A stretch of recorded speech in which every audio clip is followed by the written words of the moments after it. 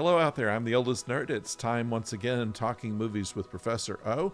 And Professor, you are with us this morning from Oklahoma. I'm here in Texas, and we're going to go back into outer space for what we're talking about this week.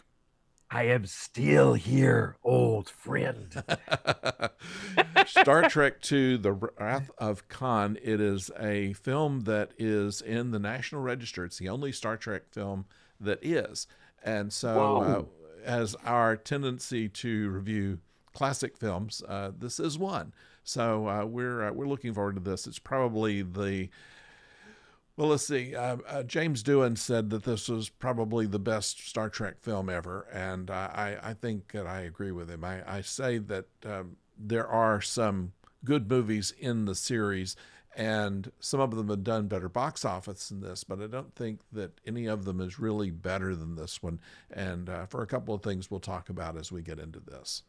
Oh, just every moment. You go from like I was, we both seen it countless times. And so I was thinking it's been a busy week, and I was thinking, well, maybe I can lie a little, I'll be a little spotty in reviewing it because I what I've spent my time on is more doing some of the behind the scenes stuff like that that podcast, not podcast. It's a was a show produced maybe by Paramount, but Gates McFadden is the narrator. It's called The Center Seat, and it's a terrific 11-part documentary on Star I've heard Trek. of it, yeah. So I was watching that, and I thought, okay, I'm going to use my time there. But then you start The Wrath of Khan, and I couldn't stop it. And it was just it's fantastic. Moment to moment to moment, the best of any Star Trek film. Yes, and there's some things that are kind of interesting. This was Nicholas Meyer's first direction of a Star Trek film, and just about every other film he had a hand in, and then later directed Star Trek Six. But the way that he approached it, and the reason that they wanted him, was that he had written the 7% Solution, which was a book based on the Sherlock Holmes characters, and then made a movie about it, which was an excellent movie. And then after that, did Time After Time, which was what would happen if H.G. Wells had actually built the time machine and went into the 1980s. And so some of that leaks into this film as well. And so, because of the fact that he was not necessarily a Star Trek person, he was able to latch on to the idea that what this is like Run Silent, Run Deep, or any number of the submarine films, which I would recommend going to Run Silent, Run Deep. There's a lot of elements of that in here. Absolutely. It's yeah, when I've heard that about him, I always think of the end of the movie, but it's embedded in the movie from the beginning. The idea of small spaces, instead of the inner Yes. that these ships are enclosed, they're cramped like submarines. This film has the smallest hallways, I think, of any Trek film. And Yes. there's yeah, but so that cramped feeling of being under the water, and you're a submarine commander, and you don't know, it's hard to find, it's hard to locate the other submarine that you're after. Just works perfectly throughout this film. Yeah, it's interesting that 60% of this film was filmed on the same set, which was the either the Bridge of the Enterprise or the Bridge of the Reliant, which was basically a redress Right. of that. They're all pie sections, and so what they did, they rearranged the pie sections for Reliant and put different slip covers on the seats, and that became Reliant. But the idea that all of this happens in a closed space is pretty much, even their location stuff was a closed space, like Regular One, and then inside the cave in Regular. And I was thinking another a criticism that the show had to battle as even when it was on was NBC wanted planet shows, and I was thinking there's so many enclosed spaces in this film, like you were saying, even Khan's ship, the Botany Bay, the little container ship that they had made on Yeah. SETI Alpha. turns out to be City Alpha 6. That whoops, we'll figure that out. Yeah. We all know the story. That Khan was This is not a SETI bad. Alpha 5. Okay. Yeah, say it again, Byron. This is SETI Alpha 5. Exactly, exactly. You know. That's so. But even that is an enclosed space. Yeah. And Regula One, the little planetoid, the station, all the ships. So I was thinking this really shows that in because NBC was really it hurt the show when it was demanding for those everything should be on a planet. So many good Star Treks are on the ships. They're ship-bound shows, including Space Seed, Yeah. the the show that gets us to Wrath of Khan, where we Yeah. first Yeah. meet Khan. All Yeah. of it is done on the ship, and except for one scene in on the Botany Bay, which is just the bunk room, I guess, and that's pretty much it. Yeah. Well, they said they spent $14 million making this film. They spent $12 million making the entire original series. Wow, that's right. And I was in looking and doing some of the research, and I was gonna. There's of course Harv Bennett comes on, Yeah. because that took me to expense money and how we got from Star Trek the Motion Picture to the Wrath of Khan.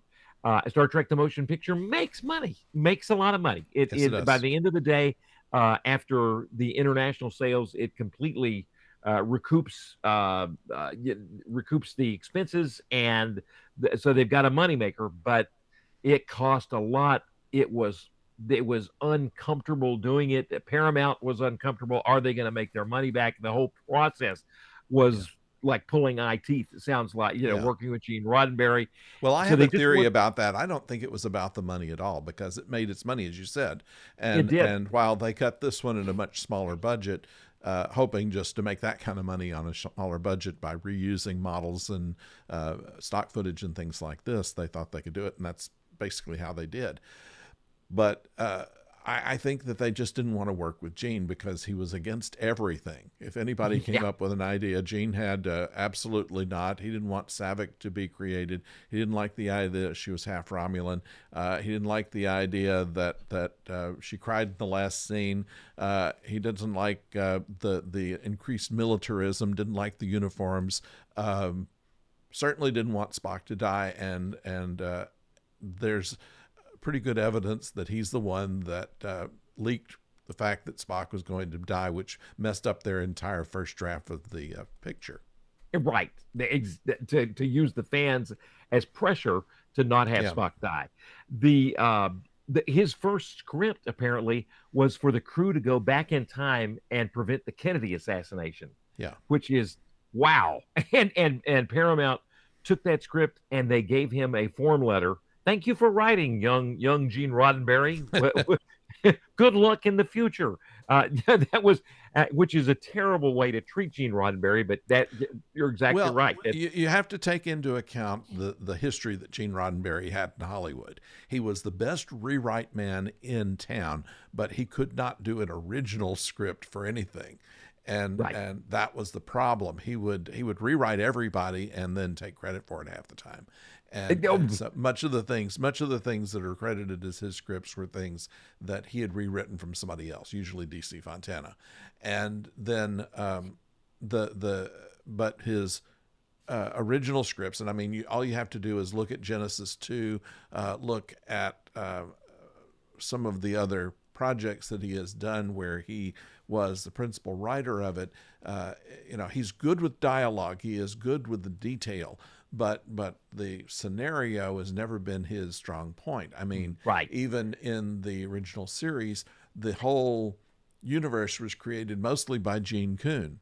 He's the one that came up with Starfleet, with the Federation, with the Organian Peace Treaty, with Klingons instead of Romulans. All Roddenberry wanted was Romulans, and so all of these things came as a result of Gene Coon, and it was an associate producer at the time and a very brilliant idea man, but mostly what Roddenberry did was he rewrote everybody, which is what caused the problem with Harlan Ellison later on, which Oh, was Harlan Ellison didn't think that anybody should rewrite him, and even if it was a television script. But Gene was really very good at that, but and the yeah, but if you're going to rewrite somebody, then you've got to credit them with the original idea, or you're going to make enemies. And he did. and talk about how we collaborated on this, and that's what, and that's exactly right. The writer for Star Trek: The Motion Picture, Gene Roddenberry, went back and had rewritten him. He couldn't stand him in watching the center seat, and then he was trying. You're exactly right. He continually, once they turned down the original idea about the Kennedy assassination, then he continually did all those undermining rewrite type of things in Star Trek 2. And one person that doesn't get a lot of credit that he really should is Nicholas Meyer. He takes all these scripts, the variations for Star Trek. What are we going to do next? And and they all kind of tied the Khan idea together. Uh, Yes. but each one had strengths and weaknesses, and he takes them all home and pulls them Sometimes if there was together. just one good line, keep that, Right. and then yeah, Or one good idea, and he takes them all home and pulls it together into one script. And I think, according to the center seat, that he basically said they were talking about. I think he had 12 days to do it because they had everything factored in. ILM said for the budget that we're going to work with this film on, we've got to have everything shot by this date for a June release. yeah. And that even factored into how many days he had to do rewrites of the script. And I think he had 12 days. And people said, "How are you going to do it?" And he said, "It doesn't matter." And they were talking about getting the legal team to do a contract. And they said, that takes 12 days in and of itself just to get the legal team to get together to do all the wherefores so you can get to work. He said, "Forget it. I don't need legal. I don't even need to be paid for this. I'm going to be paid as a director. I want to pull this together." And he did it. Yes. Hmm. Yeah, that's I did not that's it. Yeah, I did. And then working against Gene Roddenberry all the way. Gene Roddenberry just kept on pressuring him. And you're right, a lot of it has to do with Spock's death. And At so least that they was part of it. Yeah, but I think it was just about every step of the way he had a memo about something, and it got to the point where I imagine he just quit reading them altogether, because there's somewhere between the original series and the first movie, he got this utopian idea, which was not present in the original series. That Starfleet officers don't fight with each other. Well, where in the original series did they not? right. You can see them arguing plenty of times in the original Yes, series. and That's yeah, and that and 100 different things that were done in the series were completely against what Gene was determined had to be, and it's what ruined the first season of the Next Generation. They really couldn't do anything but just kind of sit and watch. you And know, where did the because so many of Gene's, of course, you're looking at a lot of different collaborators in you're looking at a lot of different collaborators in the series.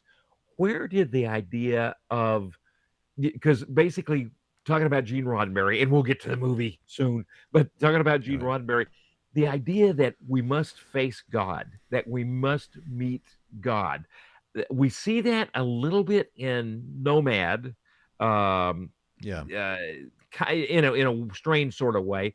But you mentioned that at some point he really becomes this idea of meeting God, and certainly then he takes that to Star Trek: The Motion Picture, meeting V'ger, who's been throughout the galaxy and is trying to figure out, what makes me tick, who am and the I? first title for that was the God Machine. So yeah, Right. First draft of that. And I think that harkens back to the series that didn't was going to be the primary series of the new UPN network in the 70s. right. Um you mentioned Genesis Well, 2. it wasn't. It was before UPN. It was going to be. it was going to be a Paramount network that and for Star Trek Phase Two, Right. Of because course, it's going to it was Voyager came when UPN started. right, but it was good. Right, a Paramount, and the flagship was going to be the Star Trek show Yeah, from the '70s. And I'm thinking some of those scripts had to have. Uh, I'm thinking some of those scripts had to have the idea of meeting God. yeah. Going back Interesting for to someone who was an atheist. He was determined, yes, we're going to pursue God. We're going to find out that he was a computer, a child, or someone who doesn't have all his marbles one way or the other. And I think by Star Trek Five, Shatner right. basically picked up on that, and it was all three, I think. All three, an alien without all his marbles necessarily. Yeah, that's that's an interesting, but that sure becomes an obsession, and that speaks to you're right, your comment about he really has trouble with that original concept. He's much better at rewriting, building on somebody, building on that idea, making sometimes a lot of times that original idea even better. But then when he tries to wrest control from the person, that's where, and he'd done that so much. By the time we get to Star Trek Two, he's got a little office. He's listed as creative consultant, but to save the show, another thing Paramount did was to go back to their roots of the show and think, this really is a TV series.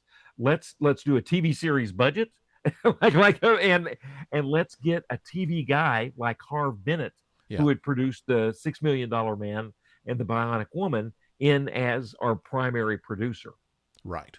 Who'd never done a And movie before, as I understand it, but certainly someone said, a can you do a movie for under $40 million? And Harv said, I can do 5 movies under $40 million. that's So exactly they what he hired him on said. the That's spot for that. exactly.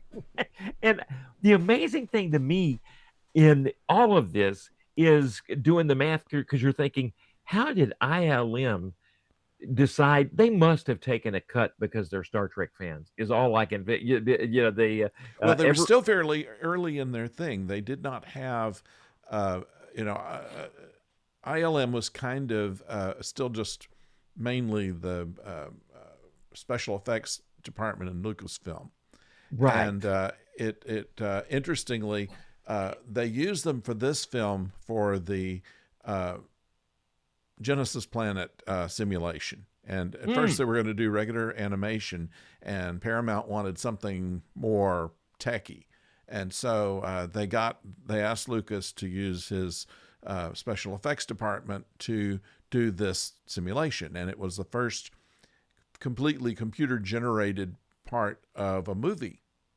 And that right. was the torpedo hitting the planet and the mountains building themselves up. The head of the department had been working for the Defense Department, trying to find a computer program that could design airplane fuselages in a probably stealth. They didn't say it here, but probably Good point. that would take a computer to do. And anyway, it was after this that it was so successful, they spun it off into another division called Pixar. So Fascinating. With Pixar right. was part of this. Interestingly, also their Starfield stuff and credits were done by a group that later became Adobe. That's fascinating. The Starfield stuff works pretty well in the credits. And so yeah, you're right. The division of labor with different groups doing different, like ILM Yeah, doing the animated thing. I thought the special effects though really hold up well in this film. They yeah. in looking at them again, the ships, the models for the ships, the They didn't need a lot explosions. of it. They didn't need a lot of it because a lot of it was done practical. The Right. SETI eel was basically a made of rubber and pulled along with a string and covered in raspberry jelly. Interestingly, uh, and they had a huge makeup of Chekhov's ear, which was about the size of one of our computers probably. Yeah, And that's somebody in the prop department also made a Q-tip to sit next to it in scale. that works. That That was works. that was But you're that right. was So no much of joke. this, a lot of this is done practical. Yeah, Yeah, exactly. Models. same thing with the Nebula. The Nebula was done in a cloud tank, which basically is a fish tank, and you mix up stuff into it and stir it up until it looks like it does, and then Apparently, you have incredibly hot liquids, and then you have a like a plastic on top of that hot liquid, and then you bring in, I think, cold water and remove the plastic, and yeah, it's then at some point you'll get this incredibly mixture. I mean, I may be wrong. This is basically they also did this in Spielberg's Close Encounters. To get those incredible cloud scenes where the mothership is coming out of the clouds, even the ships are coming out of the clouds, and it's the same kind of effect. Only they did it in space for the Mataru Nebula, and it works beautifully to get that. yes. It is one of the most amazing, right? One of the most amazing, yeah, effects you're going to see. Um, Kind of reminds me of. I'm thinking in the Andromeda strain that we covered, there was a certain practical effect like that. I'm gonna have to I review think I that. remember that. Yeah, Yeah, and I'm just trying to but remember yeah, exactly where that was, but it was kind of a basically I think done with a tank shot, and yeah. you wouldn't just brilliant. Now, of course, The on SETI Alpha, they had basically they had built. They took the biggest studio at Paramount. They built a platform, filled it up with sand, and put big fans in the way, and so it actually was just kind of blowing sand, and that was done mostly practical. the sand done said that's awesome. That is there's a producer I've always heard his name, but of course there Harv Bennett, Jack Swords, Robert Sallin. Yes, Fascinating guy. He and I don't remember. You and I both have read he's an the associate producer. He had previously mostly done commercials. mostly did commercials. He Yeah, was a really good thinker and did all the things good producers do, not just lunches, but really pulling things yeah, together, making things work. And he mentioned, yeah, he talked about working on getting the effects for the cloud scene, and just it sounds like he was a critical person in pulling everything together. And I'd really had, and again with I think some of with those commercials, again you're kind of bringing back to that TV background that yeah. that Harv Bennett brings, and it just it works in pulling everything in this team pulling everything together and having a I kind of mind blowing to think, as much as fans as we are, we love Star Trek, seeing hitting the big screen, hitting movie theaters, but at the same time, it works as this kind of this TV mentality actually kind of worked in in Well, Star Trek. One it thing did. Salem did was he to save money. You got the original space station that is attacked in Star Trek: The Motion Picture Yes, by right and attacked by V'ger and destroyed. Basically, that model he turns it upside down, and it becomes Regula One. It becomes yes. the station, and he did the same thing for Khan's ship, the Reliant. He said, instead of building a new model, what happens if we just turn the Enterprise upside down and modify it some? As a fan watching that, I'm going, well, that's really cool. Well, Whole that's new one of the looking. things when they first had the model of the Enterprise for the original series, they had it upside down, and Roddenberry turned it over and said, "I like it better this way," and that was it was built upside down, and So and that's and going back to the way it was in the first place. essentially, and originally the script called for another Constitution class ship, but they were afraid it would be too difficult to tell the difference between them, so they made it a short version. And once again, they Harv had it upside down, and so it was supposed to be look like the Enterprise but just shorter. And Right. instead, they have it turned over, and so Which that was worked. brilliant. It Then was. it I looked, mean, accidental brilliance. yeah. Oh, just some. Well, and it's funny in speaking about the film, Nicholas Meyer talks about the how much creativity you get when you've got creative limitations, and the idea if you don't have enough money, you're gonna how do you Yeah. solve these problems, and came up with some great ideas. Yeah, Robert Rodriguez says is that's a part of the way he does his films. He did Spy Kids, for instance, and he believed that having a big budget uh, squashed creativity, and so he liked to do everything on a shoestring, and that's the way he does all of his movies. And it makes sense, and they're Yeah, great films. And Nicholas Meyer and the whole team worked with that, and came up with some great ideas. What the this what about the set for Regula One for the inside? Because you're right, they use Khan ship becomes you've got the and a terrific looking bridge. Everything's a little bit smaller in this in the Enterprise bridge. The uniforms are terrific. Um, I and yeah. I Okay, so the regular one and Kirk's apartment are the same set, just redressed, and except they take the fireplace out, and actually did not know that. Kirk's apartment was shot afterwards, so they took apart regular one and they built it in Kirk's apartment. And it's also all of that was built on the same set that was used for the Klingon ship in the first movie. So those are reused sets. A fantastic use of reuse set, and you can't tell. You know that Khan ship is that the bridge is going to be completely makes sense. A remodeling of the Enterprise bridge, but I did the for Kirk's apartment does not look like the space station regular one. It's terrific. That's true. That works. It's the And the first. Klingon ship, I did not know that either. Yeah. And of course, they used the Klingon ships in the Kobayashi Maru scenario pulled right from the first film. They were the Right. ships that are running away from V'ger. So Exactly. The same ships yeah, that worked out beautiful. Yes, that does work out beautiful. One of the best explosions. I know we'll get to the themes of the film and the plot, but the creation of the planet, the ship, I've the just the numerous attacks. I remember sitting there in the movie theater looking when Khan is just carving up Kirk's the Enterprise like a turkey, and yes, and just mind-blowingly good. The destruction of Khan's ship is fantastic. yes, It works incredibly well.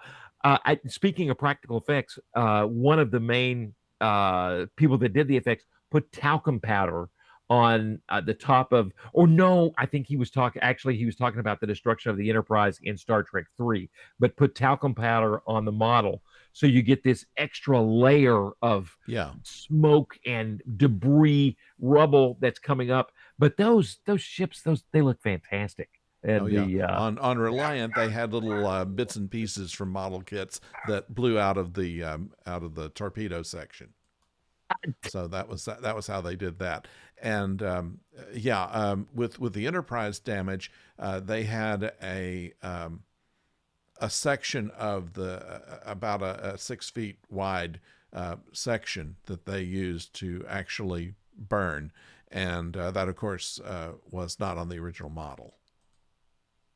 fascinating. That is one thing, one tiny detail that just got me was when Regular One is being not Regular One when Khan ship is being destroyed. The final, they're able to blow up the engine, and then it's almost destroyed. I should say that. And but the camera looks under we see it from underneath, and it goes by, and I'm looking, look at the scarring of Khan's ship, and look at it looks, and you can, Yeah. speaking of models, you can tell it's like burnt plastic and stuff like, but it's beautiful. But there was a flashing light on it and it just maintained, and it's going by in space in this damaged area. It's still got this little flashing light, and the effect is fantastic. A Yes. It terrific was. use of model. Yeah. Yeah. I think that yeah they had to build only one new model for it, and so I think that was very very good way of preserving their budget. But in all of this, though, it wasn't about the battle. It was all about the battle of wits. It was Khan's superior intellect against Kirk's, and I think that's what made the picture. I mean, certainly it had the good battle scenes and it had good action in it, but all of it was, uh, you know, how is Kirk going to defeat Khan? We're pretty certain that he's going to, but how is that going to happen since Khan seems to have the upper hand on everything? And I think that's what made this film work, generally speaking. Let's say And something about, yeah. Please go. Yeah. well, hold your thought because I was going to say the you mentioned Battle of Wits, and another thing that's another theme. Got the Battle of Wits, Yeah. but also age is in this film big time. Age, but with age comes experience.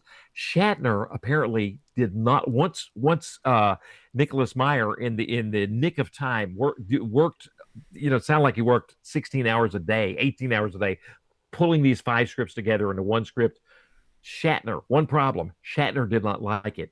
He did not Yeah. like that his age was brought up. He was going to be 49, maybe turning 50. And he just didn't like the idea of aging. But it really turned out to the second, it was more like a layer underneath that. Shatner wanted to be the first through the door, the one with the most lines, Yeah.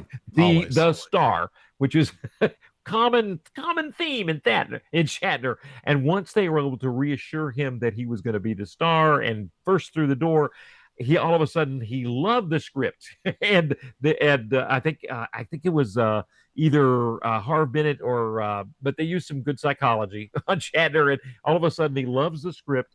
And that's solved. But yes, aging is a thing. But one thing I really, and so as we're getting ready for today, I'm thinking we're definitely going to talk about age, loss, death as a theme, facing Yes. death as a theme in there. But with age come, you get wisdom, and that's one thing Khan lacked is the wisdom of and the experience, which that and Kirk has that, even to the down to the point of knowing to draw. And of course, it's another person's suggestion. I think it was Spock that suggests Khan is thinking two-dimensionally and not three-dimensionally, and they drop the Enterprise down, and then Khan's not thinking; he's just thinking on a two-dimensional plane, and then the Enterprise comes up. Whoa! With that shot where In it the comes up, entire it's show, they have experience. always thought two dimensional because if you think about any of the space battles, anything that they've done, with the exception of the last episode of Next Generation, they never considered 3D of anything. 3D. And that's That's a when in that one, which of course was a Q created reality, which really wasn't. They have the Enterprise with three nacelles, and it's coming from below to attack the Klingon ship or whatever was going on in that episode. And this is the only other place where they have actually taken into account that they can go over and under each other, that's or fascinating, and not it's be shown, brilliant. or not be shown flying level. That was another one of Roddenberry's no-nos, is the ships always had to be as if they were sailing on the water, so they couldn't come Right. up. And so that's the another memo that came from Roddenberry on this. So that's another headache they had to deal with, no doubt. Yeah, you're exactly right. I think because you're right. It's a ship series, Horatio Hornblower, Yeah. and that was one thing that got Nicholas Meyer the job when they were talking to. Besides the other things you mentioned with his previous Yes. film, was that he channeled Horatio Hornblower instantly in his interview, and Harv Bennett realized, oh, this guy is thinking like Gene Roddenberry. This is exactly right. And But that's that's that's the other set that they built, was the torpedo room, which also was based on part of the Klingon ship in the first film, by the way. But the whole idea of having the gratings pulled back, oh it's like hauling the guns out on a sailing ship. And so he said that they realized at the time they were doing this, in a ship of that century, it no doubt would be automated. But to see the torpedo being come down from the ceiling, and all the people pulling with hooks the grates up, and it gave more action to the scene, and so it worked without it, having to think about the science of it. that entire sequence is one of the best shot action sequences in the entire run of movies. Yeah. The camera never stops moving. The cuts, the editing's fantastic. People running in the crowded hallways, running at the camera, the chaos, and you cut that with the shots of those gratings being pulled up Yes. manually. It's like Nicholas Meyer throws out at some point. You just got to throw out a little bit of the science and say, and let's say, no, let's harken back to the emotion, the effect that the that Yes. sailing really has. And oh, it It works. also gives an idea to have James Horner be one of the people running down the hall, No, I did not. who composed the music for this, and there's a whole story about that too. We'll get to, but The- let's shall we move on to casting here? There's something that I'll bet you don't know because I didn't know this.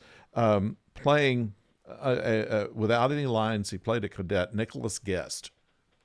I did not know that. That had to be one of his earliest roles, and he was one of the cadets. They probably took a 3-second camera shot of him, and then that was it. He had no lines, but he was in that. So The credit, that's fantastic. I did not know that. I did I not would know be that at all. upset. I would be upset if I were Nicholas Guest and realized that Ike Eisenman got more lines. Yeah, that's that. Yeah, Ike Scotty's nephew Eisenman gets played more like. Scotty's nephew, and all he had done was gum commercials. He looked like the preteen kid for the most part in all the Right. commercials, and they used him for everything. And so he had an important part in here, which was cut back in the original film. In the director's cut, of course, they enhanced it. It was uncertain whether they really wanted him to be Scotty's nephew or not, or if they wanted to show that Scotty would treat all of the people under him in a similar way. But they should have left that in, that he was the nephew. It's a good Yeah, line. It's it it's a works. nice exchange in the. Crazy to get to space. Yeah, yeah. Right, right. Crazy to get this back. And it just makes so much sense as to why their Scotty shows up on the bridge in the middle of a battle carrying his body, carrying it. They got to get him to the sick bay. And Obviously, that was one of these things just to give you the dramatic moment. But how stupid is it? yeah, that one. Here's there. He's been injured in engineering, and he goes to the bridge first and then to sick bay. So you kind of wonder later on if he might have lived if he hadn't taken the side trip just so he could show the captain. Oh, that's exactly right. It made no sense. Whereas the grading, the torpedo, and all that manual stuff, that works with the dramatic work. effect. But Scotty just does not. Only works if you let him know that that's his nephew. And sometimes you think about the relationship you may have had with your favorite uncle. Like got an uncle that just meant so much to me, my Uncle Bud. And because I was even thinking, the nephew uncle relationship. And then last night watching the film again, I thought, wow, that's that kind of relationship you can have, and a meaningful relationship, but they leave it out. And so then you just get Scotty after years of being a pretty hardcore engineer, and you got to engineering comes first. Engineering officers dying left and right in the original series. I get that, but it probably is put there so you could get once again Savik's reaction. And Right. her reaction was once again going to this half Romulan, half Vulcan Which is cut from the character, film. And which was cut, so it doesn't make any sense, unfortunately. was But this you know where, that she was this was where she was not the first. She was not the one that they wanted for that part. Did you know that they wanted exactly? Kim? Nicholas Meyer wanted Kim Cattrall to play Savik in that picture. I had not heard that. Yeah. And then he gets her in Star Trek 6.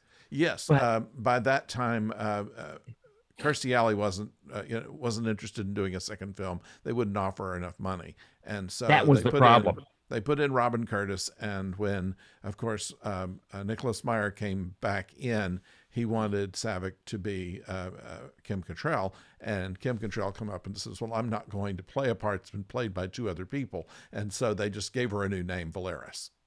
And what's interesting is this is 11 years later for Yeah. for Kim Cattrall. and I'm thinking you're kind of channeling me back to the to Indiana Jones, because how old would Kim Cattrall have been? Would she have been Marion's age when Han Solo first met her? Yeah. Because she that's 12 years prior, but I had no idea. But nonetheless, uh, Kirstie Alley was perfect for the part, Kirstie and Alley and was a huge fan of Trek, and ah, the reason that she got the part was that she did an impression of Leonard Nimoy in her audition, I and did not know. this was her first movie role. She had done some Right. small stuff, but this was her first big movie role. She was from Lawrence, Kansas, I think, and had not been in the West on the West Coast for very long before she got this part, and of course played it well, and then went on to much bigger things. And at some point, you're right, went on to bigger things, but at some point, she really hadn't done a lot, and she really enjoyed. She was describing that she was a little bit of a where she would smoke and drink, stay up too late sometimes before she came on, kind of a little bit of a dilettante. She describes it, but Yeah. Harv Bennett at one early on, maybe maybe if they filmed with her for 3 or 4 days, even mentioned maybe you'd want an acting coach. And at that point, she realized, I need to take this a bit more seriously. This is the break of a lifetime, and so. And so apparently the guy, I think it was just the notion of getting an acting coach that kicked her into gear, Yeah. and she brought more to the table, and she really did, and she played it beautifully. The There were a couple of what you things that brought up they was pulled back on. They at first wanted her to have some kind of relationship with Kirk, and then move it on to his son, kind of thing. And Harv Bennett wanted to do that. Nicholas Meyer was kind of against the idea. He said, she is someone who's worked very hard to get to that position. She's not going to just mess around with it. And so the only thing that's left on that was her doing her hair differently in the turbo lift. right, which they made perfect. That was absolutely the way they played with that. Hey, between McCoy and Kirk, it was absolutely perfect. They did that Yeah. well. And But the and idea that she's you could had almost guess she was just trying to win favor for one reason or another, not necessarily any romantic interest. exactly, yeah, just a different look, Yeah. and it worked very smart on the part of a half Romulan too. That's Yeah. Yeah. Yeah, she knew so what she was doing. Now, other cast members, the one, let's see, Commander Kyle was John Winston. He had played the transporter officer in the original series. Mr. Kyle, he was always the one who was affected by whatever radiation or liquor or whatever they had going on. And, he's the one that gets pushed out of the way by Spock. I could have done it, Mr. Spock. And so he's now, much older and an officer, and uh, I think he was a communication officer, on and the Reliant. on the Reliant. Yeah, Yeah, I had missed that in all yeah, the, but of course, Commander Kyle, that's a completely familiar name. Paul Winfield is fantastic as the yes, captain. Oh yes, man. And yeah. yeah, They originally wanted, who were they talking about? In one of the early drafts, they had Sulu being the commander of the Reliant, but that went away early on, so that would not have happened there. But yeah, certainly. Paul Winfield did a wonderful job at this, and the only thing they cut out about him was that he was supposedly a friend of Kirk's at the Academy, and no, in the show lore, every friend of Kirk's in the Academy dies. And so they didn't want to give that away. And so they specifically put in the line, I've never met Admiral Kirk. that's exactly right. That I did not. That's fascinating. Yeah. And that's true. Every one of his friends have died. That's a good point. Yeah. Now, one of the big parts in Khan's group, Judson Scott, he played Joachim. Right. Right. Now, Joachim was a named character in Space Seed, played by a different actor, obviously. And there's some talk that these people were all too young to have been Khan's people, That's a quibble I have. 15 That years is a earlier. quibble. Yeah. And they try to fix that in the podcast Khan. If we've listened to that, and they do have kind of a, it's actually his children and named after him and stuff like that. Ah, But in this case, Judson Scott got no credit because his agent was trying to get him billing before the title next to Shatner and McCoy and all of those. And he said, if I don't get on before the title, we don't want to be on there at all. And he overplayed his hand, and so they took his name off, and so he's completely I noticed uncredited. that The biggest in part in getting any movie I've ever seen that didn't have any in credit to it. It's a great part. He Yes. brings so much to it. Everybody can remember. Anybody that's a fan that's seen the film 3 or 4 times can remember the reason he brings to the role, the rationality to twice try to talk Khan into doing reasonable things, rational things. You have Genesis. Let's just go. Brilliant reasoning. Yeah. And he's the only one of the crew. And you're right, the children completely make sense. Other than that, my explanation is that Khan somewhere picked up these fans from a big air band from the 70s, like so, one of those rock bands, because they all look like they came from a Styx concert or something. So he's got the one meaningful part. It's brilliant, and Yeah. I'm looking for him on the credits. And you have just explained what happens when you overplay your hand, and that was a terrible idea on the part of his agent. Yeah. I hope he fired him Whoa! after that. Instantly, because it's just a terrific role. It's Now, a the small rest role, of but it's Khan's crew were Chippendale dancers. That's why none of them had any lines. They were there that's just to look good. yeah, margin, yeah, okay.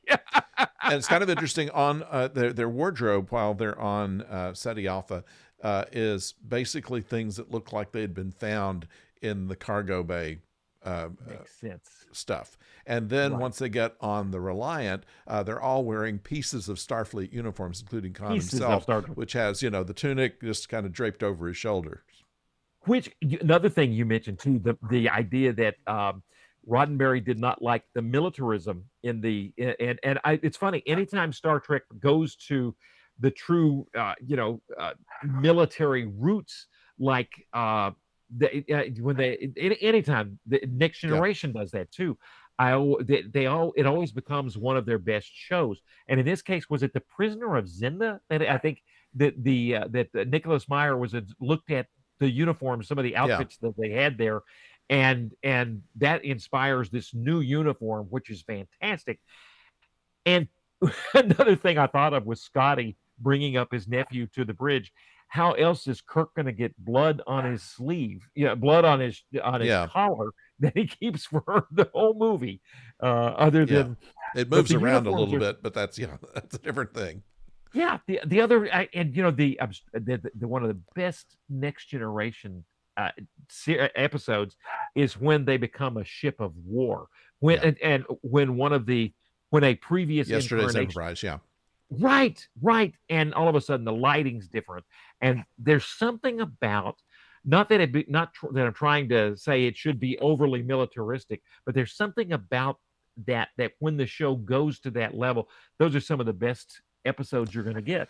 Well, they did it originally with the idea that the Enterprise was kind of a frigate, basically a ship that would not go in a convoy like an aircraft carrier and a destroyer and that kind of stuff. It would be a ship that could go out on its own and be more maneuverable and things. So it was never meant to be a flagship kind of thing, but it was basically modeled after the military on just how Navy ships worked, and people were familiar with that because a lot of people by the 60s had fought in the war and would know the terminology and things like this. And Roddenberry was a veteran, so that was something that was relatable.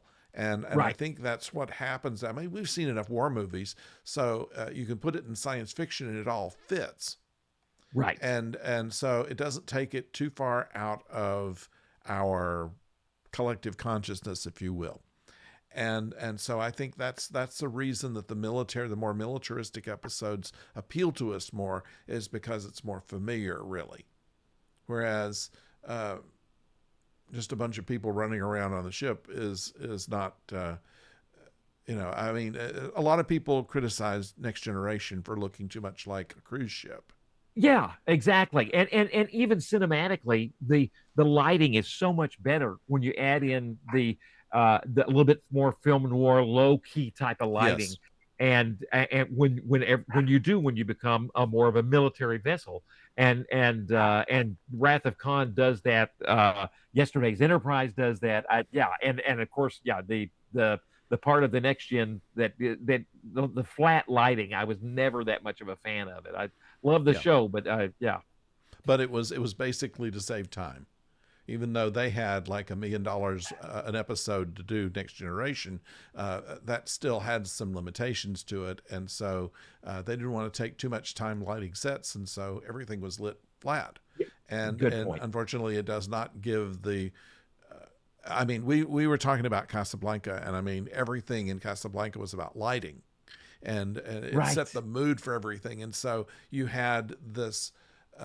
You save dialogue whenever you use certain visual elements in order to tell the story. And Absolutely. they don't have that luxury in a television show, or didn't used to, and that has to do with the reason, I guess, they only make like 5 a year now of television shows, is because they want to have that cinematic look and the extra time that it takes to do little stuff like that we don't even think about.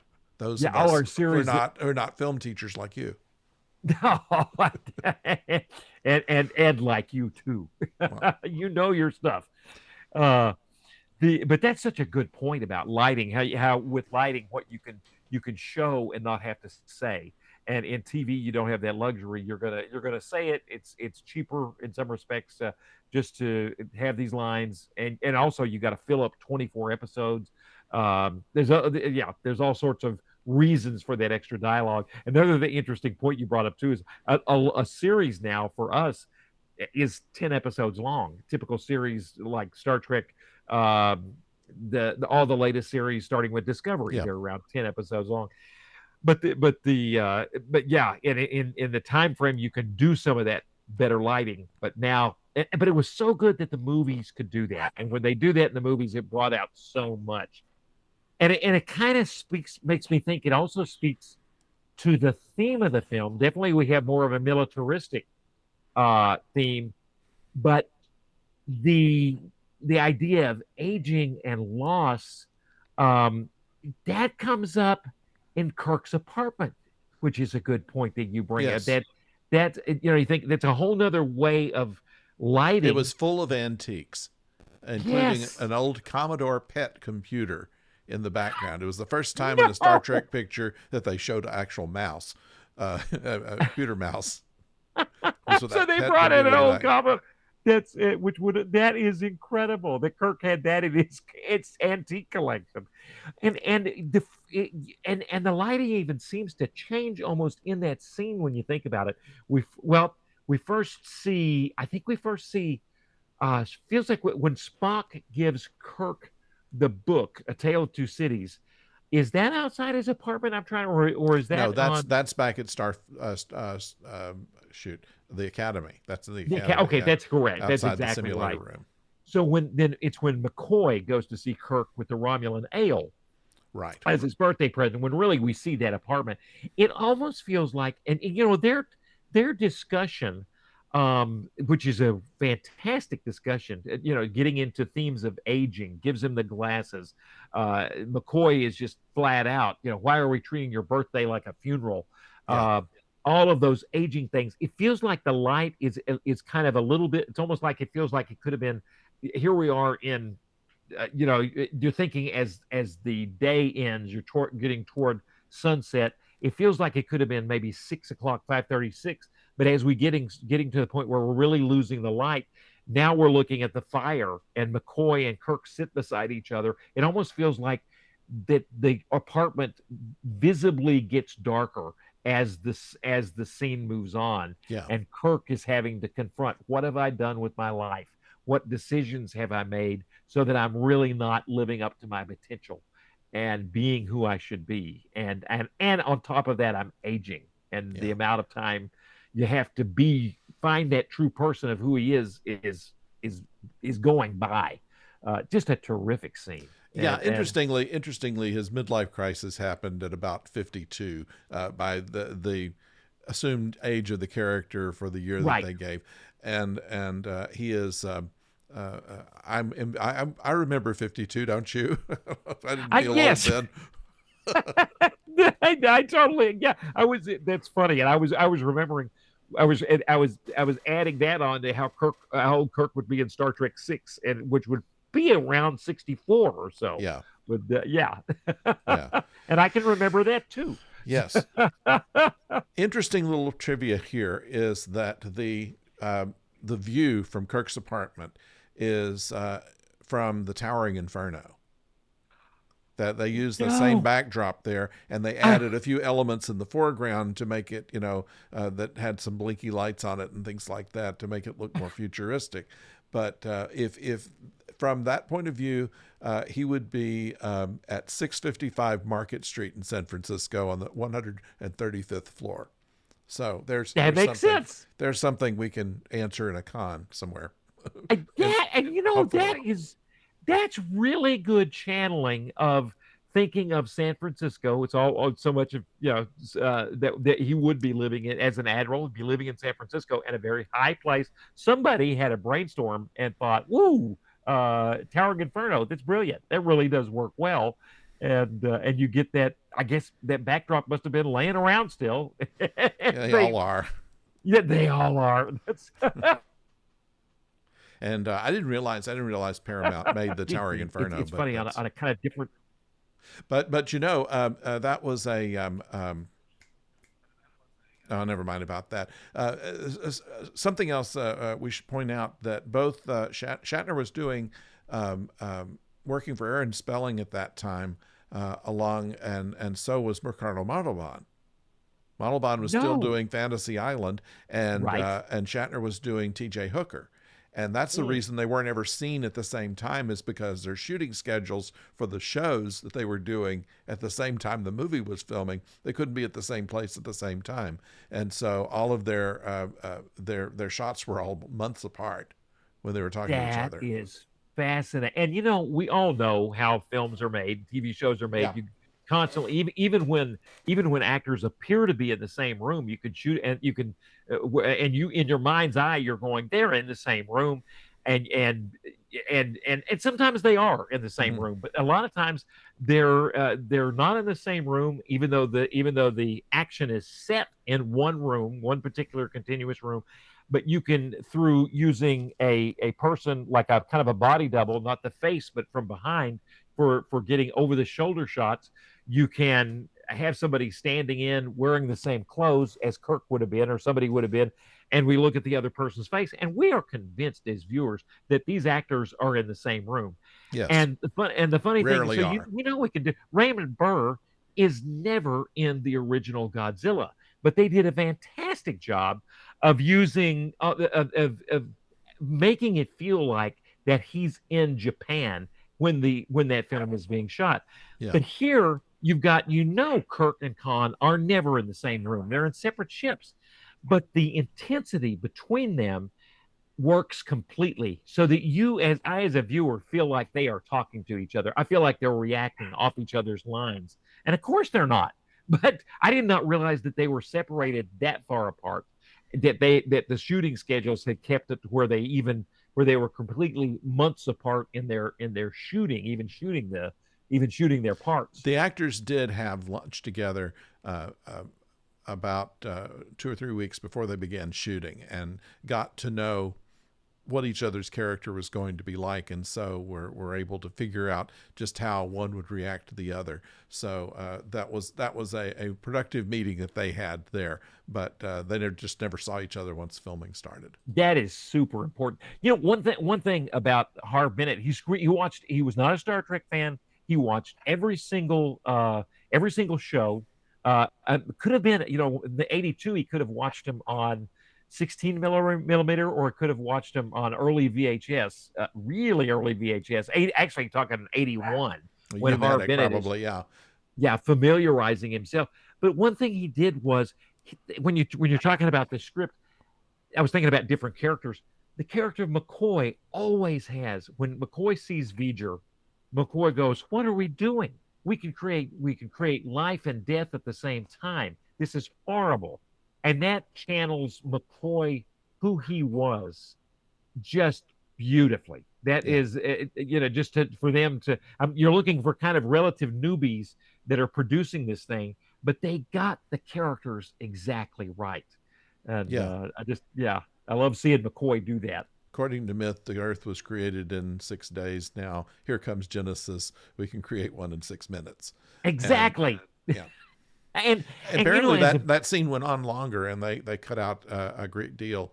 They cut out a great deal of the other dialogue in that scene where he and Spock get a little more heated into it, and Kirk breaks it up. And I guess they decided they didn't want to go that intense. gotcha. Gotcha. That's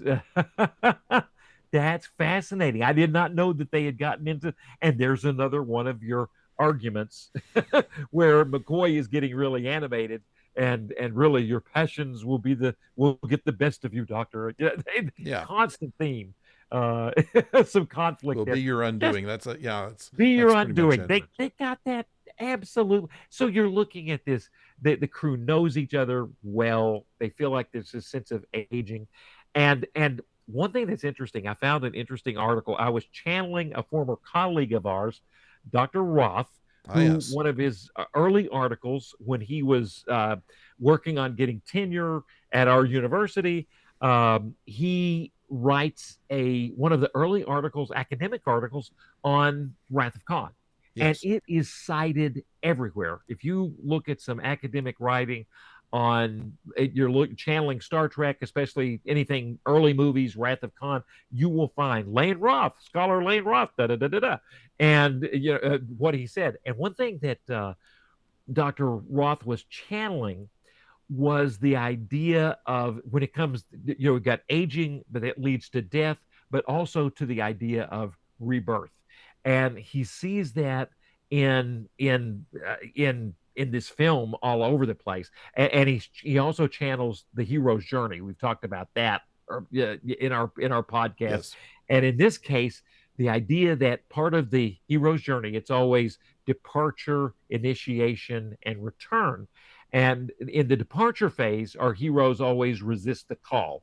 Luke is going to resist the call in Star Trek. I Yeah, can't leave. I've got to take care of this farm. I can't follow you, Obi-Wan. And so they resist the call. And so Kirk initially resists the call, even when he's talking to Spock. He says, "No, I'm not going to let you. I'm not going to take over command of the Enterprise. You keep it. We'll just check out what's yeah. going on Just with get me over regular." there. Yeah, Right, right. Of course, but then he does, even in the same conversation, he goes, "Okay, I will accept the call." And obviously things change. We see Admiral on the bridge, and it really feels different when yeah. Kirk accepts the call. I liked the interplay that they had with between Kirk and Spock there, which he's saying, you proceed from a false assumption. I have no ego to bruise, and Kirk says, so you're trying to tell me that uh, everything that you do is ruled by logic. And he said, I wouldn't remind you of that which you know so well. And many people think he's saying, uh, yes, he's actually saying, no, not everything is being led by logic. That's an interesting point.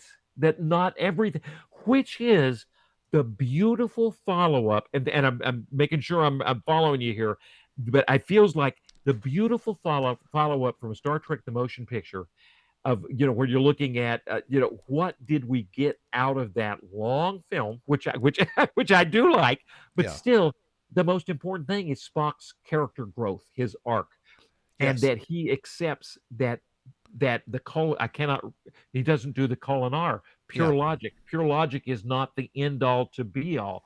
You've got to have creativity. You've got to put logic aside Right. and right, And he to he make that nails that he nails that down after he says, "I won't remind you of what you know so well," and then says, "You're superior. You're my superior officer. You're also my friend. I will always be yours." And so it's basically saying he's doing this because he's his friend. He said, "Take the damn ship." That's exactly right. Take it, and maybe innately he knows in Shatner's journey, in Kirk's journey, that he has not come to that point that Spock has arrived at, the comfort with his own character, Perhaps. and that he knows that he's got to take the ship to be who he needs to Yes. be the person. And another thing that Spock has But it's arrived it at is it ahead of is both it is both logical and it's also friendship, an act of friendship, exact and I think beautifully that's where they're put, trying to put it there. logic and friendship to the point of letting go of the ego. And I mean, and that's a huge letting go, to turn your ship over.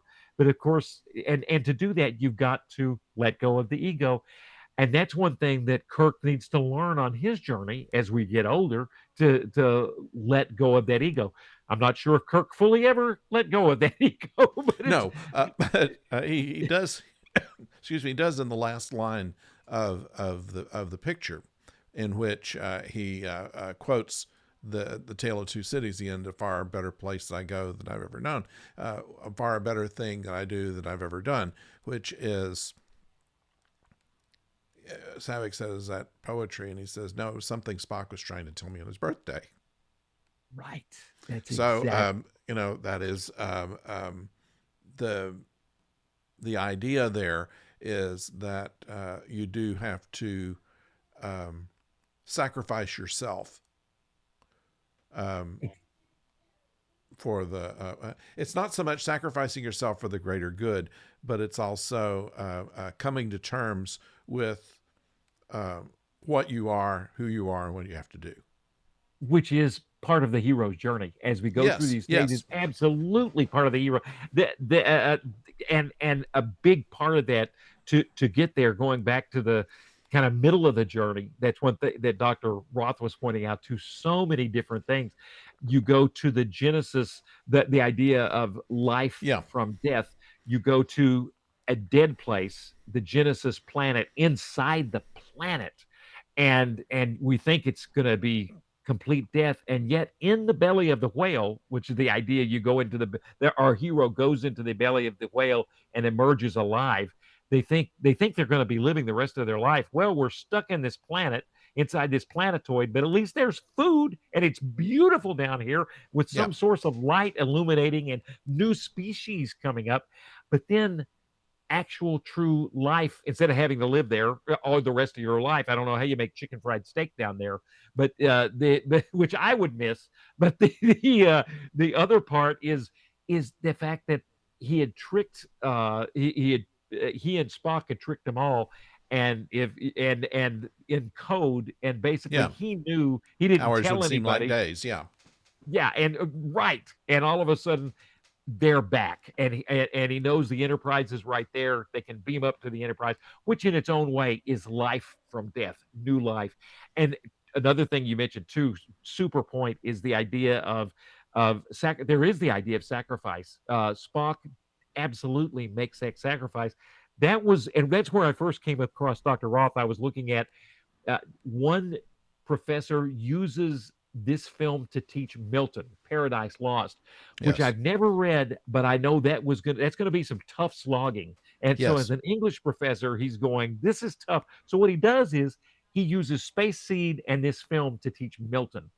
And apparently the themes in Paradise Lost, where God, where Satan is trying to build a new army in hell, and it's an But he's interesting article. essentially trapped in the very center of it, Right. Trapped in the center of hell. Is and that, and yeah. yet, while he's trapped, he still does not want to leave, because it's better to rule in hell than serve in heaven. Now, where have I heard that line? Well, once again, that was from Space Seed, and that was from Milton. It was from, absolutely, absolutely, and so channeling that just perfectly. One thing that's interesting, another connection to Space Seed that came up in this article too, was the fact that um, Satan is he he feels very frustrated.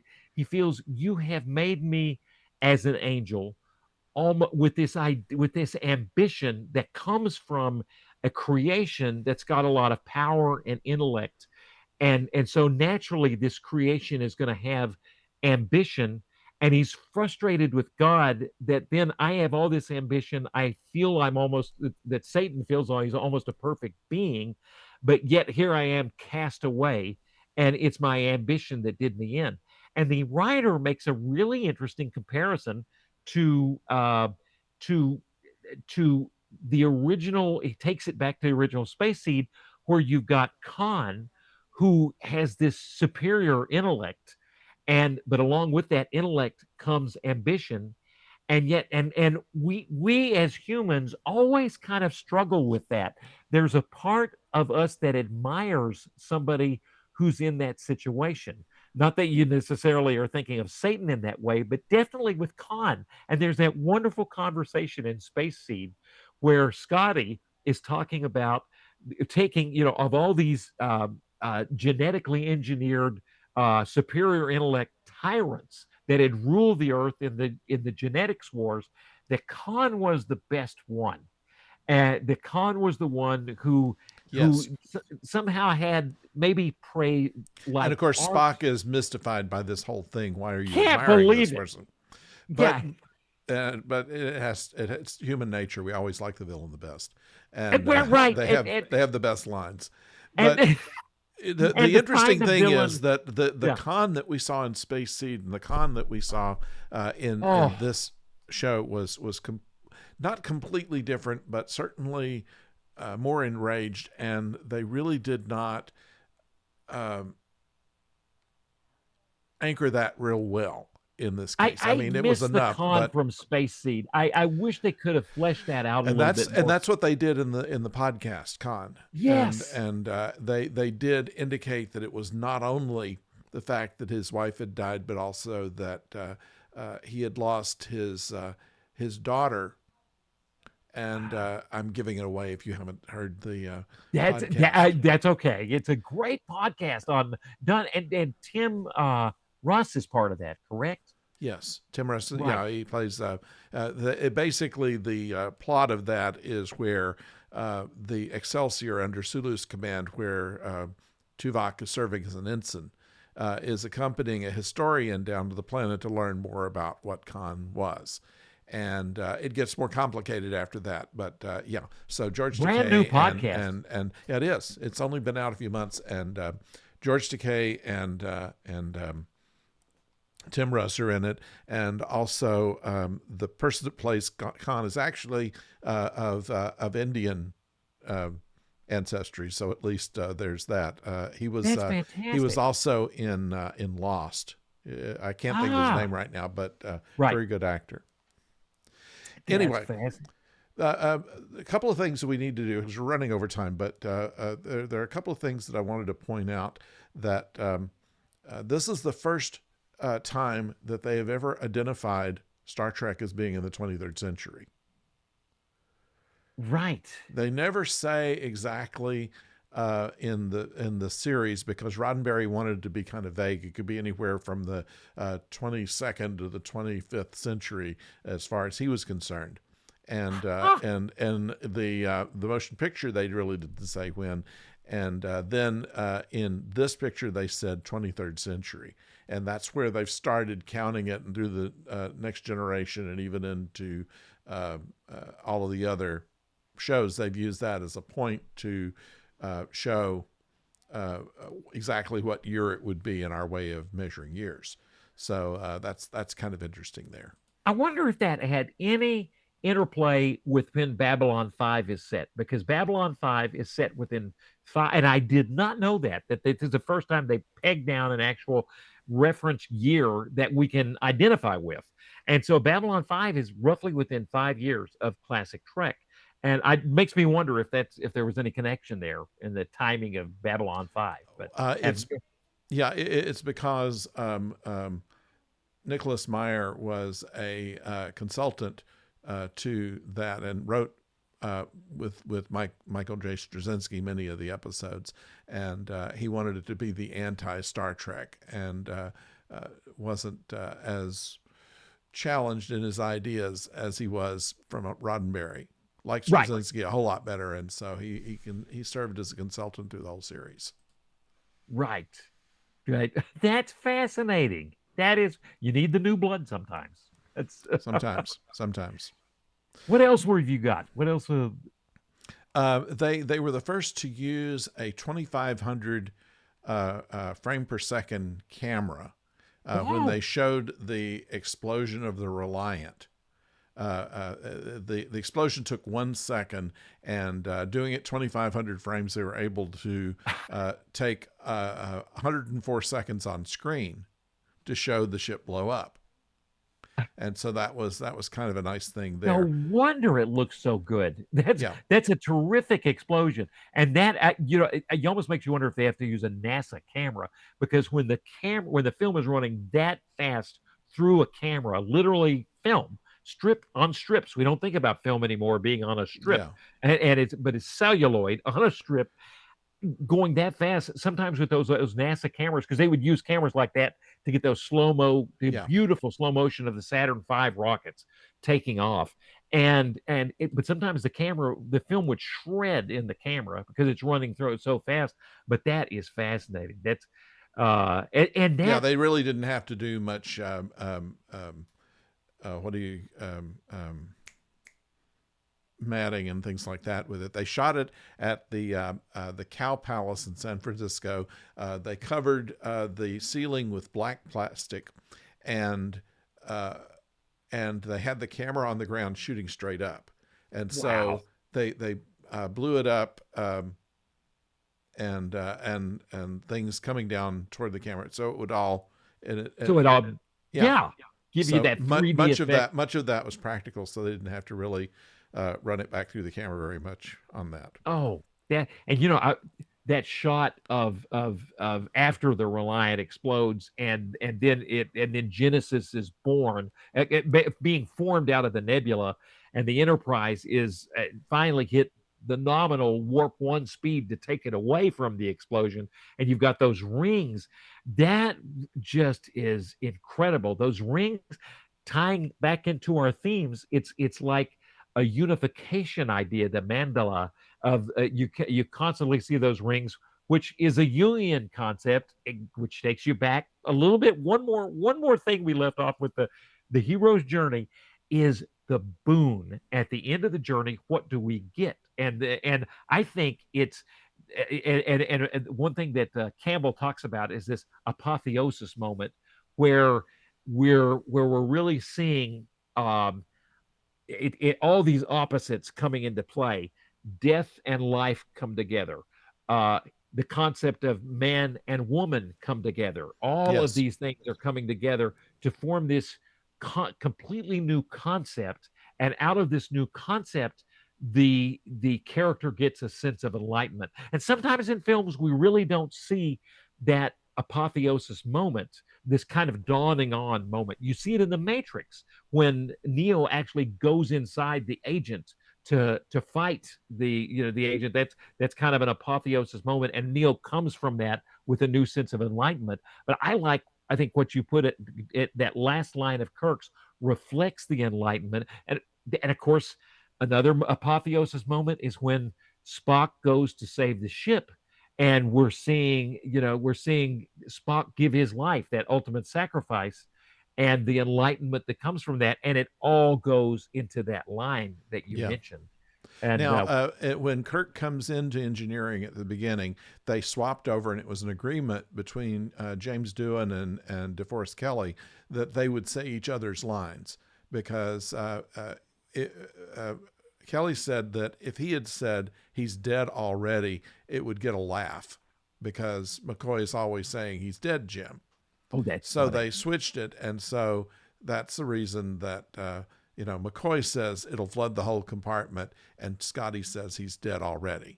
That's a complete reversal of their roles, but it works. Yes, it did work. It absolutely works. Scotty saying, Jimmy Doohan saying he's dead already. That's, oh. that just cuts to the core. It's beautifully lit. And Nicholas Meyer said, he always was working with the idea. It was his second film ever, and he almost got fired. He was falling behind schedule.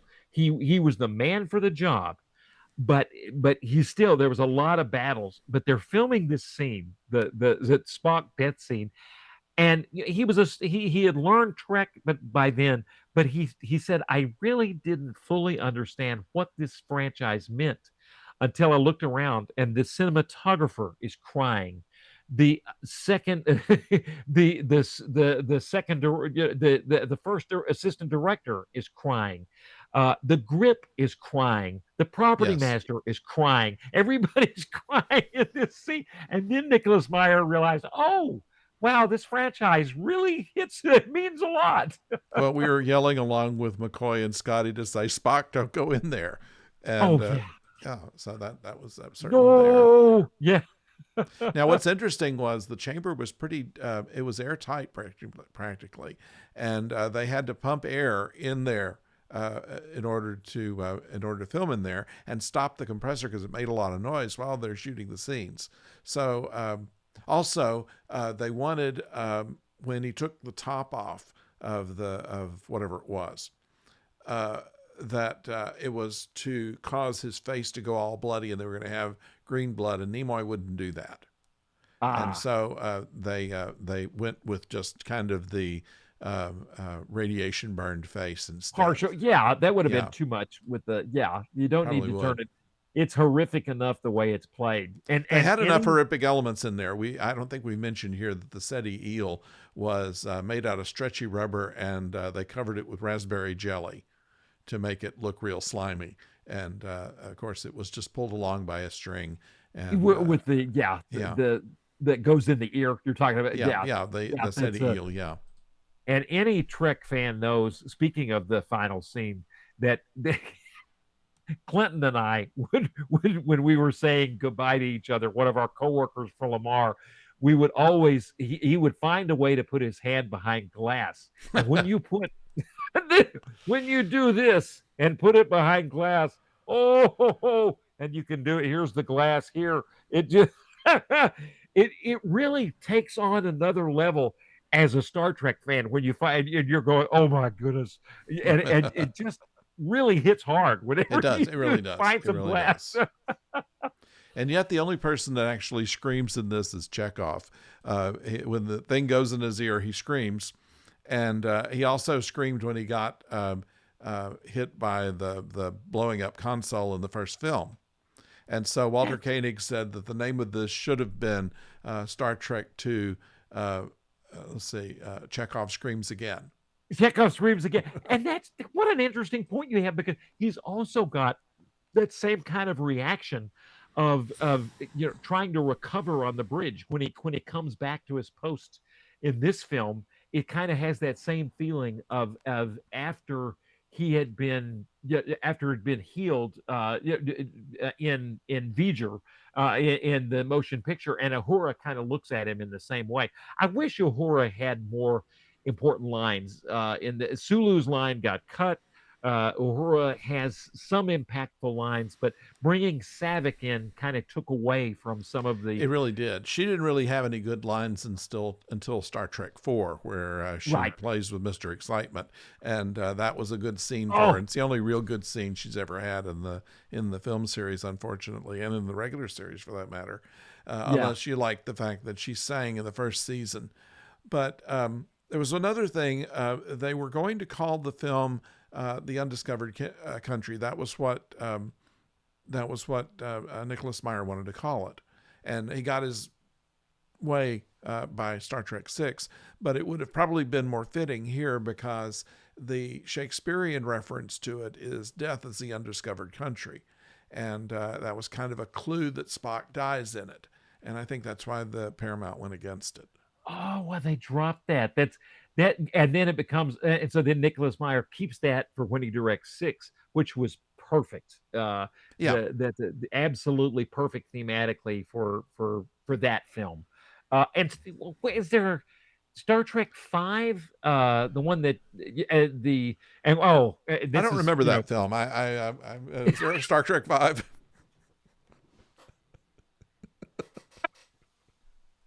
I'll have to give you the Vulcan vibe bell to remember. No, oh, that's that and that's an interesting. Nicholas Meyer did not want that he wanted Spock to be dead, including Ronald D. Moore. In Yes, his interviews, he thought Spock should be dead. Period. But they by the end of the day, by the end of and Spock had Leonard Nimoy wanted his character written out, and they wrote it out beautifully. But Leonard Nimoy starts to want to come back. And so by the end, but they included it that was scene. Harve Bennett's idea, yeah, to do remember, and what he said was just put something in there that gives us just a string that we can pull later. And Right, I think it was Nimoy's idea just to use remember, right, because and it worked out. Meyer And had nothing to Nicholas do with Meyer any of it. And of that, and course, he didn't. and Robert Sallin actually directed the final scene, which, since he had done commercials before, it was 30 seconds long, of showing the new Mark II torpedo or whatever it was. Oh, Yeah. that's fascinating. Beautifully, you're right that it feels like a well done commercial. Yeah. There's the yeah, I could just hear. Yeah, it feels like I could hear Ricardo Montalban talking about it's The the rich new Corinthian leather. Plymouth, Yeah. my friend. That's, I was trying to remember Ricardo Montalban. They used him in a Plymouth commercial, Cordova. Chrysler is a Cordoba. Yeah. A He fine talked about Corinthian. that later. He said, how should, he said, I love the name, the Cordoba. And they said, no, it's pronounced Cordoba. And he said, he mimicked the West Coast accent on that particular word. And so he said, okay, well, all right. I'll call it what you're paying me. I'll call it that. Yeah. But he did give that fine Corinthian leather Yeah. the way it should be pronounced at Yes. least. They gave him But yeah, Corinthian, which there's no such thing. it's, But you could. It looks like we're going to see a beautiful Cordoba in the leaves there, but it works perfectly. yeah. And then Spock narrates at the end. Just Yeah. incredible. I did have, and I'm not sure if I did have a line from this article that I found. And like I said, I find so much of what I'm researching, anything with especially early Trek, turns into, well, there's Dr. Roth's article again. And this article is written by Sherry Hodges, and Yeah. again, it's channeling Dr. Roth and Milton in and these and this and the Wrath of Khan in the teaching of Milton. Yes. And she has an interesting point here. She says the resurrection and redemption themes are also dominant at the conclusion of Paradise Lost. Although Satan has ensnared Adam and Eve, he has not won the war. In the final book, the archangel Michael reveals mankind's future redemption by the Son. Adam and Eve rejoice, realizing that humanity's fall provides greater opportunity to demonstrate His grace through the Son's death and resurrection. And so, and then connecting to the film, you've got Amazing Grace, The Tale of Two Cities. And so she points out that Carol Marcus and Kirk are kind of in multiple roles. They're kind of like an Adam and Eve, and Spock, in a Christ-like role, has allowed them to become the new resurrected, redeemed Adam and Eve through his sacrifice. But I can see how this would make Milton much more tangible to students. And yeah, like you said, that last line pulls it all together. Yeah. Well, I think that we need to pull this together. The film was an hour and 53 minutes, and we're an hour and 28 at this point. So I think maybe we should call it a day. I've had a ball. Oh gosh, me too. yeah. Me too. This is a fun film to talk about, and so much fun. We hope that you'll join us next week. We have other things in mind for that. So until then, don't be far.